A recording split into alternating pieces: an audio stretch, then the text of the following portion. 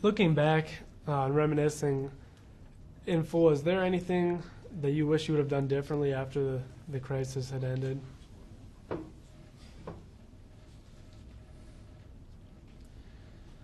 Um,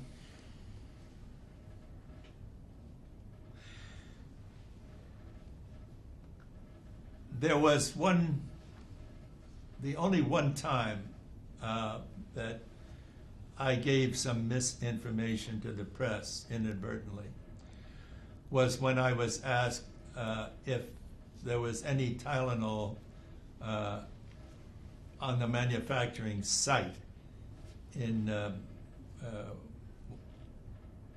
Pennsylvania where the product was made. And I said no, there was no, because I had asked that question and I was told no. However, in a research lab on the same site, a different building, there was a small amount of cyanide. And when I realized I had made the mistake, I called the New York Times and I called the AP and told them, frankly, that I had given them the wrong information.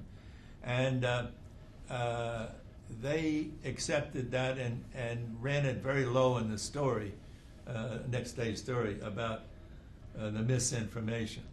That's one thing I think I would have done differently. There probably were other things, Kevin. Nothing major. Nothing major. We worked day and night for untold amount of time. Days were blurred by when it ended and the next day started. And this went on for weeks and months. Because we wanted to bring the product back on the market, and you remember, or you may not, but we were able to bring the product back on the market almost less than 2 or 3 months later. We were told by, we had quickly designed triple safety seal packaging. And the safety seals began with the glued top to the box, and then there was a red plastic neck around the top of the bottle, which sealed it. And then when you got that open, you had to puncture a foil top on the bottle. But getting that manufactured, we were told, this could take a year or two. It was amazing. The people, the companies throughout the country who manufacture machinery and help create these methods of doing this did an absolutely fantastic job of cooperating with us. And in what was supposed to be months turned out to be weeks or days. And we were able to get the product back on the market within by December. And I might add, 1 year later, the product was selling better than it had at the time of the tragedy. At the time of the tragedy, Tylenol was a $400 million business. Overnight, the bottom dropped out of the business.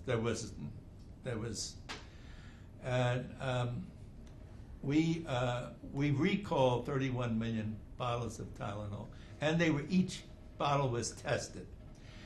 Interestingly enough, it turned out that 2 bottles contained cyanide. So by the recall, we saved some lives. And that was the recall that cost $125 million.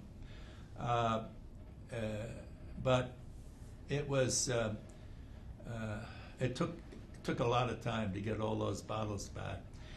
In the meantime, our advertising campaign, well, immediately, obviously, on the murders, the first murders, all advertising stopped. one doesn't advertise a painkiller and then on the same newscast tell about murder. But we began a series of campaigns that said, trust us. We don't know what the answer is to this tragedy, but trust us. And as soon as we find out what it is, we will tell you.